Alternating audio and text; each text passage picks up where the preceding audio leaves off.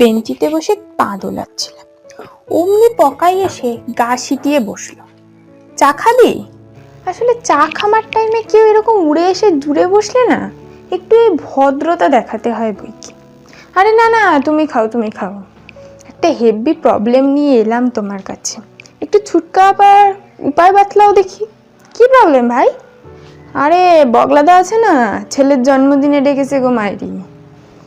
ও ওই বগলা, ওই হাড় বাচ্চারটা না? তাহলে ভাবো তা ডেকেছে যখন যা। আরে না, আমাকে খুব করে বলছে তোকে কিন্তু আসতেই হবে। আমি একদম বিলকুল যেতে চাইছি না গো, আমার আবার কি বলে কাটাই সেটাও মাথায় আসছে না, একটু উপায় বাতলাও না গো। আমি কি উপায় বাতলাবো বল তো? তবে বগলা মালটাকে না আমারও ঠিক পোষায় না, জানিস তো। ওই ছেলের জন্মদিন, বউয়ের মুখে ভাত, এর অন্নপ্রাশন, তার শ্রাদ্ধ ওর বাড়িতে লেগেই আছে। ডেকে ডেকে নিয়ে যায়, তারপর আবার বসিয়ে রাজ্যের ঢপের কীর্তন ঝাড়ে।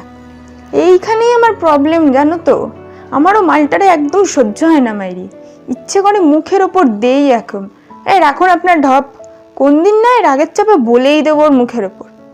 তাই শালা সামলে রাখি নিজেকে, কোত্থেকে আবার কি হয়ে যায় বলো তো। যা, খামোখা ঝামেলা করতে যাবি কেন?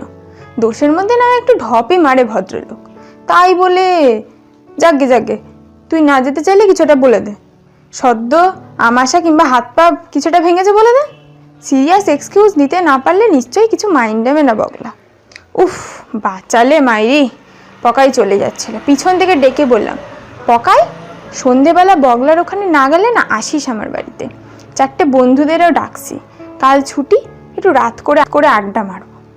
হ্যাঁ হ্যাঁ বগলাদা, আমি এক্ষুনি না করে দিচ্ছি, আমি আসবো তোমার এখানে। হাত নাড়িয়ে বলতে বলতে জোরসে প্যাডেলিং করে ভ্যানিশ হয়ে গেল। সন্ধেবেলা সবাই চলে এসছে, পকাইয়ের আর পাত্তা নেই। ও আসবে বললো, ওকে ছাড়া কি করে শুরু করি রে।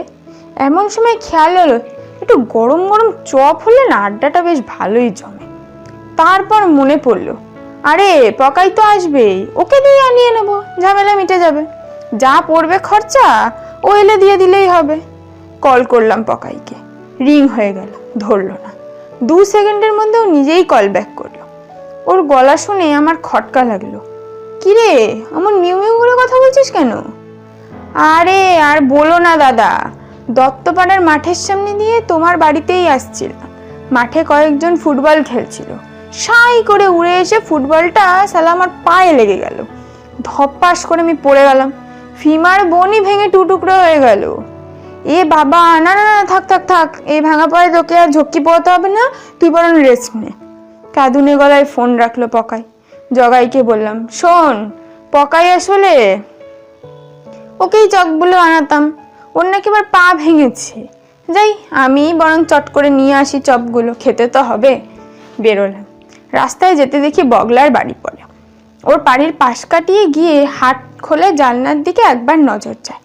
জানলার পেছনের দেওয়ালে একটা মাথা আর মুখের একাংশ ফুটে উঠেছে।